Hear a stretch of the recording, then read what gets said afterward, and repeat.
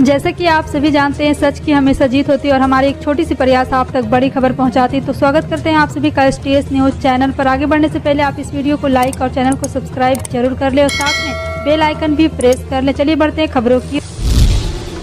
बता दें, छत्तीसगढ़ के मुख्यमंत्री भूपेश बघेल ने बतौर वित्त मंत्री अपने कार्यकाल का 5वां बजट पेश किया।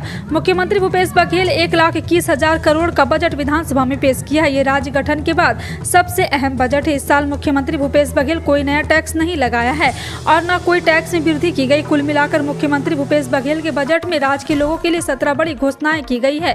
बता दें कि राजीव गांधी ग्रामीण भूमिहीन कृषि मजदूर न्याय योजना के इस साल ग्रामीण क्षेत्र के साथ साथ नगर पंचायत क्षेत्र के भी विस्तार किया जाएगा और शिक्षा और बेरोजगार को बेरोजगारी भत्ता देने की नवीन योजना भी शुरू की जाएगी। निराश्रित और बुजुर्गों, दिव्यांगों, विधवा और परतिया महिलाओं को सामाजिक सुरक्षा पेंशन योजना के अंतर्गत दी जाने वाली मासिक पेंशन की राशि 350 रुपये से बढ़ाकर 500 रुपये प्रति माह की जाएगी। होली जीवंत आनंद और निश्चित रूप से पारिवारिक संबंध और घनिष्ठ संबंधों का उत्सव है। भारत जो संस्कृतियों और परंपराओं की एक विविध भूमि है, ऐसे में पूरे देश में होली को हर्षोल्लास के साथ मनाया जाता है। पूरे भारत में 8 मार्च को मनाई जाने वाली होली पर शराब की सभी दुकानें बंद रहेंगी क्योंकि इस दिन ड्राई डे के रूप में मनाया जाता है। भारत में कई मौकों और त्योहारों पर ड्राई डे मनाया जाता है। ड्राई डे में सभी शराब की दुकानें बंद रहती है। होली के दिन भी दिल्ली और अन्य शहरों में शराब की सभी दुकानें बंद रहेगी। मुख्यमंत्री शिवराज सिंह चौहान ने हाल ही में मध्य प्रदेश को 53वें जिले की सौगात दी, जबकि अब सीएम स्वराज ने चुनावी साल में एक और बड़ा ऐलान किया है। आदिवासी समाज का पारंपरिक भगौरिया उत्सव मध्य प्रदेश का राजकीय पर्व होगा, जिसे मध्य प्रदेश के त्योहारों में शामिल किया गया है। मुख्यमंत्री शिवराज सिंह चौहान अलीराजपुर जिले में आयोजित भगौरिया उत्सव में शामिल होने के लिए पहुंचे थे, जहाँ सीएम ने जनजातीय आदिवासी परंपरा के अभिन्न भगौरिया को राजकीय पर्व घोषित करने को लेकर ऐलान किया। होली से पहले केंद्रीय कर्मचारी के लिए एक साथ 2 खुशखबरी है। 8 मार्च को होली है और होली के बाद केंद्र सरकार की ओर से केंद्रीय कर्मचारी खुशखबरी का डबल डोज मिलने वाला है। हालांकि इससे पहले उम्मीद की जा रही थी कि किसानों की तरह केंद्रीय कर्मचारी को भी 8 मार्च से पहले होली की सौगात मिल जाएगी, लेकिन ऐसा नहीं हो सका। अब खबर आ रही कि होली के बाद केंद्र सरकार अपने कर्मचारियों को एक नहीं बल्कि 2 तोहफे देने जा रही। सूत्रों से मिल रही जानकारी के मुताबिक होली के बाद केंद्र सरकार केंद्रीय कर्मचारियों के महंगाई भत्ते में 4% की बढ़ोतरी का ऐलान कर सकती है। साथ ही सरकार फिटमेंट फैक्टर बढ़ाने को भी हरी झंडी दे सकती है। आश्रम फ्लाईओवर से गुजरने वाले वाहन चालकों को अब जाम का सामना नहीं करना पड़ेगा। दिल्ली सीएम अरविंद केजरीवाल ने सोमवार को आश्रम फ्लाईओवर के DND तक विस्तार का लोकार्पण कर दिल्ली NCR के लोगों को होली का तोहफा दिया। इसके खुलने से ITO नोएडा और गाजियाबाद से लाजपत नगर जाने वाले लोगों को अब आश्रम फ्लाईओवर पर जाम से नहीं जूझना पड़ेगा। फ्लाईओवर विस्तार के उद्घाटन अवसर पर दिल्ली वासियों को बधाई देते हुए PM और यहाँ सीएम अरविंद केजरीवाल ने कहा, आश्रम फ्लाईओवर के खुलने से नोएडा में एम्स तक सिग्नल फ्री होगी। प्रधानमंत्री नरेंद्र मोदी ने सोमवार को स्वास्थ्य और चिकित्सा अनुसंधान पर एक पोस्ट बजट सेमिनार को संबोधित किया। इस दौरान उन्होंने कहा कि भारत स्वास्थ्य सेवा क्षेत्र में विदेशों पर न्यूनतम निर्भरता सुनिश्चित करने की कोशिश कर रहा है। उन्होंने कहा कि सरकार देश भर में 1,50,000 स्वास्थ्य और कल्याण केंद्र स्थापित करेगी। PM नरेंद्र मोदी ने कहा, आजादी के बाद कई दशकों तक स्वास्थ्य एवं एकीकृत दृष्टिकोण और दीर्घकालीन दृष्टि की कमी थी।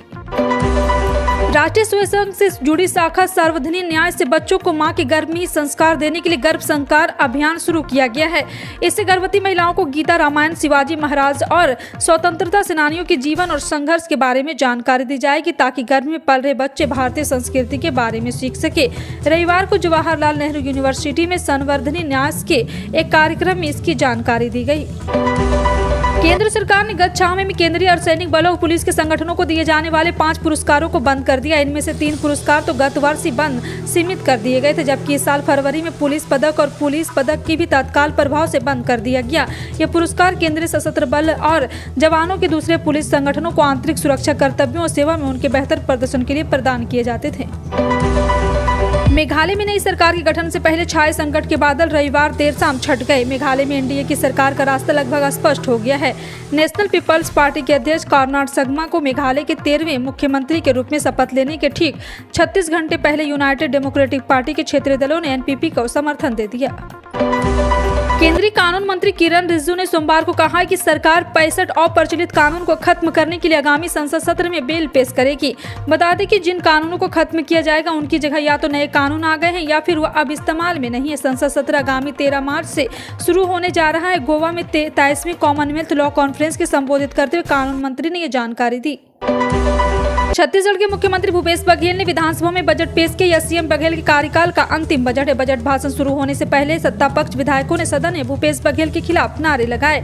मुख्यमंत्री भूपेश बघेल ने विधानसभा में अपने भाषण में कहा है कि हमें गर्व कहना चाहते हैं कि हम छत्तीसगढ़ की जनता की आकांक्षाओं को पूरा कर पाए हैं। और आपको बता दें कि छत्तीसगढ़ की संस्कृति को बढ़ावा दिया है। और सीएम बघेल ने 18 से 35 वर्ष के बेरोजगार युवा जिनके परिवार की वार्षिक आय 2.5 लाख से कम है, उन्हें 2500 रुपये देने का ऐलान किया और 6500 से बढ़ाकर 10,000 रुपये आंगनवाड़ी सहायिका को 3550 से बढ़ाकर 5,000 करने की घोषणा की है। आबकारी नीति मामले में दिल्ली के पूर्व डिप्टी सीएम मनीष सिसोदिया को एक बार फिर बड़ा झटका लगा है। राउज एवेन्यू कोर्ट ने सिसोदिया को 14 दिनों की न्यायिक हिरासत में भेज दिया है। सिसोदिया को 2 दिन की रिमांड के बाद 6 मार्च को कोर्ट में पेश किया गया था। सिसोदिया अभी तक कुल 7 दिन की रिमांड पर रह चुके हैं। आपको बता दें, दिल्ली शराब नीति के मामले में गिरफ्तारी के बाद आम आदमी पार्टी के वरिष्ठ नेता एक हफ्ते से सीबीआई की हिरासत में है। गूगल इंडिया के एक बर्खास्त कर्मचारी ने लिंक्डइन पर अपनी कहानी साझा करते हुए कहा कि गूगल को अलविदा कहने की मेरी बारी है। गूगल ने पिछले महीने भारत में 400 से अधिक कर्मचारी को यहां बाहर कर दिया। विश्व स्तर पर टेक दिग्गज के लगभग 12,000 कर्मचारियों को पिंक स्लिप सौंपी है। लगभग 2 वर्ष तक गुरुग्राम में एक विज्ञापन समाधान वास्तुकार के रूप में गूगल के लिए काम करने वाले दीपक जैन ने लिंक्डइन पर लिखा है कि आज लगभग 2 साल बाद गूगल को अलविदा कहने की मेरी बारी है।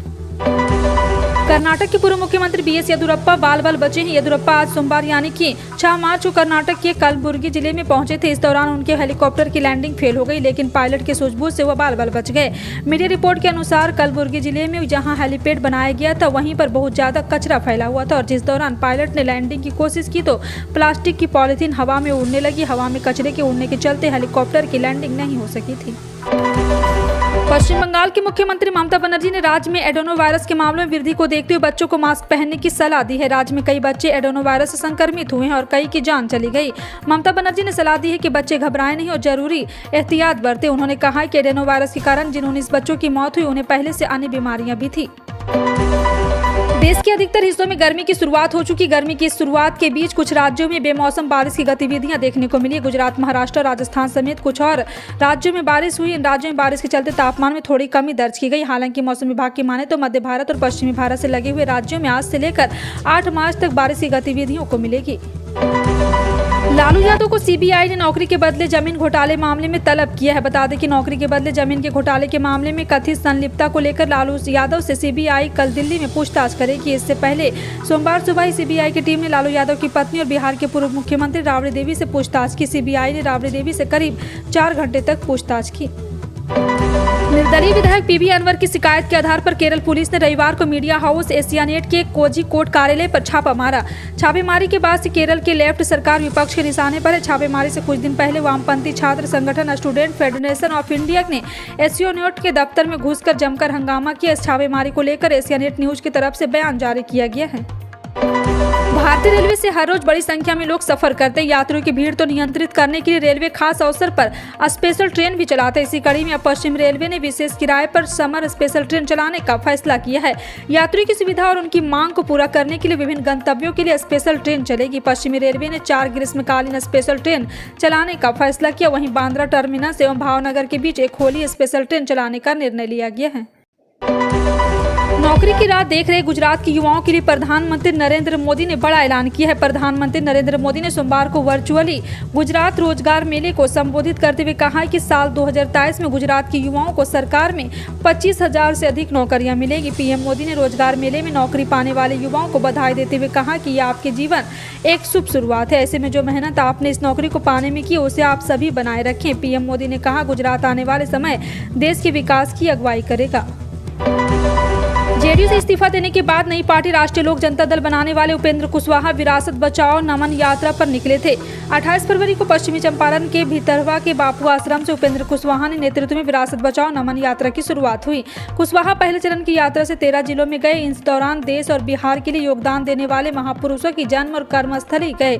कुशवाहा ने इस दौरान हजारों लोगों को अपनी पार्टी में जोड़ा। साथ ही उन्होंने 50 से ज्यादा छोटे बड़े जनसभाएं भी की हैं।